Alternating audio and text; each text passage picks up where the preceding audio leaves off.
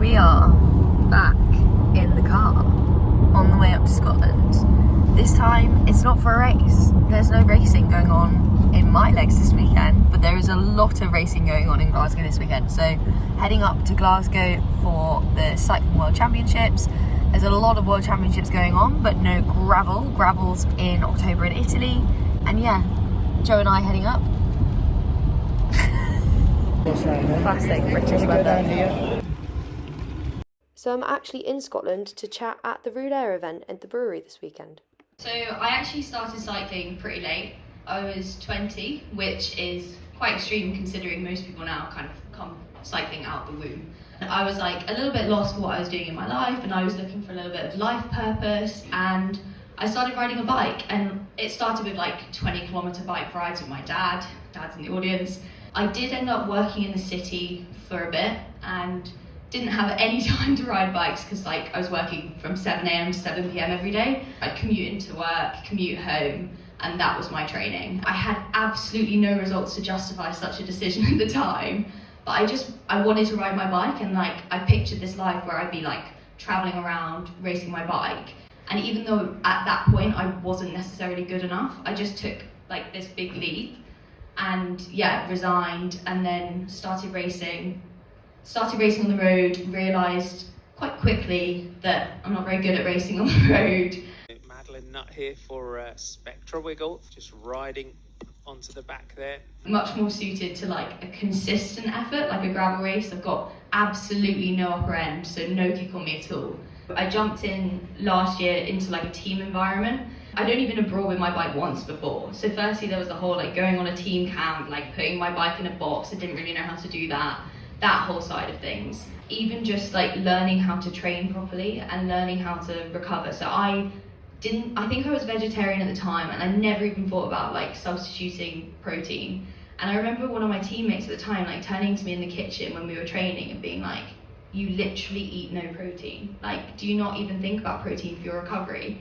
And even things like fueling rides, fueling racing, like I had to learn so much so quickly.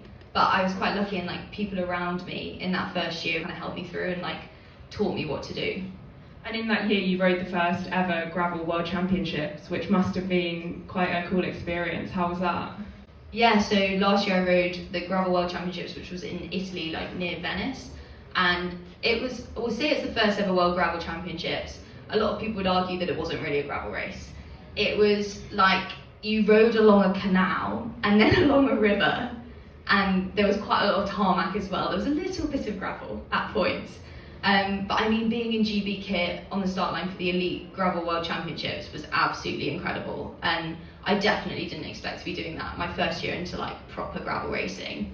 I mean, I know you said you haven't raced on road that much, but from your experience, how does the gravel scene differ to road? And was part of that why you chose gravel instead of road, that kind of different feel that the races have?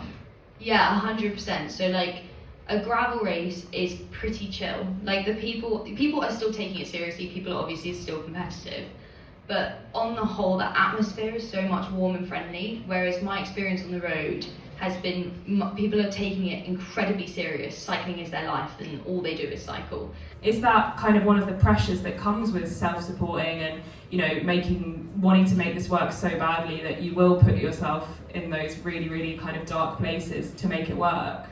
I think 100%. I definitely think I probably pushed my body sometimes too far. Like the Tracker 360, I definitely broke myself a little bit too much. I really want to keep doing this, and I do enjoy doing it, despite saying that I was in this awful state in the Tracker. I think I was enjoying it at the time. Like there was a moment where I was very unwell after the race, and I was like, I'm never doing that again in my life. And then I woke up the next morning and I said, can't wait for next year. This year I'm a privateer essentially. I have all basically my own sponsors, and it also means I can choose my own events. So it's meant this year that when I was thinking about my calendar, I just had a conversation with Ribble, who's like my main sponsor, and I said, I really want to go to this race in Kenya. Is that okay? And they were like, that sounds amazing. I really want to go to Iceland. I've never been to Iceland. And I basically came out with this like wish list of races, which would mainly focus around places that I really wanted to go and visit.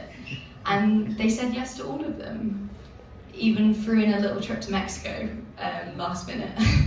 Yeah, I mean, that's so different from the road racing scene, isn't it? Where your riders who are professional road athletes, they're kind of prescribed a particular calendar at the start of the year, and there isn't really much leeway for riders, unless you're one of the top riders, to say what you do or don't want to do. And I think that is one of the many, many differences between gravel and road, this career and with your racing.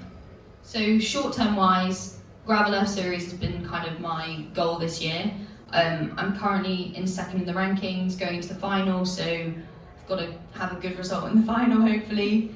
And then longer term, I think for me it's just keeping the love of it, and I think that's why gravel racing and like racing around the world in exciting places, doing new challenges, is what I've gone for, because I think there's so much longevity in that. Like if I'm really loving what I'm doing, which I am, I'm going to keep doing it as long as I can.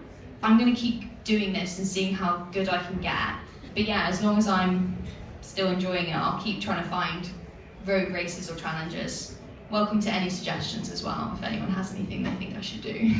And just finally, I think you've really sold this lifestyle and this career to probably a lot of people in this room, telling us all the amazing things you've got to do on a gravel bike. If you could kind of give one tip to somebody who wants to get into gravel racing, who wants to give it a go, what would you say? I'd just say ride your bike as much as you can and love doing it. Most gravel races are endurance races, so if you just ride your bike a lot, or as much as you can if you've got a serious job, then that's probably my best advice. Like, just keep riding. The strength in the legs will come with the miles that you do, and yeah, just keep enjoying it. I think the shame with riding and racing, I've seen it with friends and like people around me, is people, when they take their racing incredibly seriously and their training incredibly seriously, they lose the love for it. But if you're always including in your training fun rides with friends, exciting adventures to new places, bikepacking trips, then that's going to hold you in best stead for any kind of gravel racing. Love that. Keep the fun. Well, thank you so much, Maddie, and thanks everyone for listening. Enjoy the rest of the evening.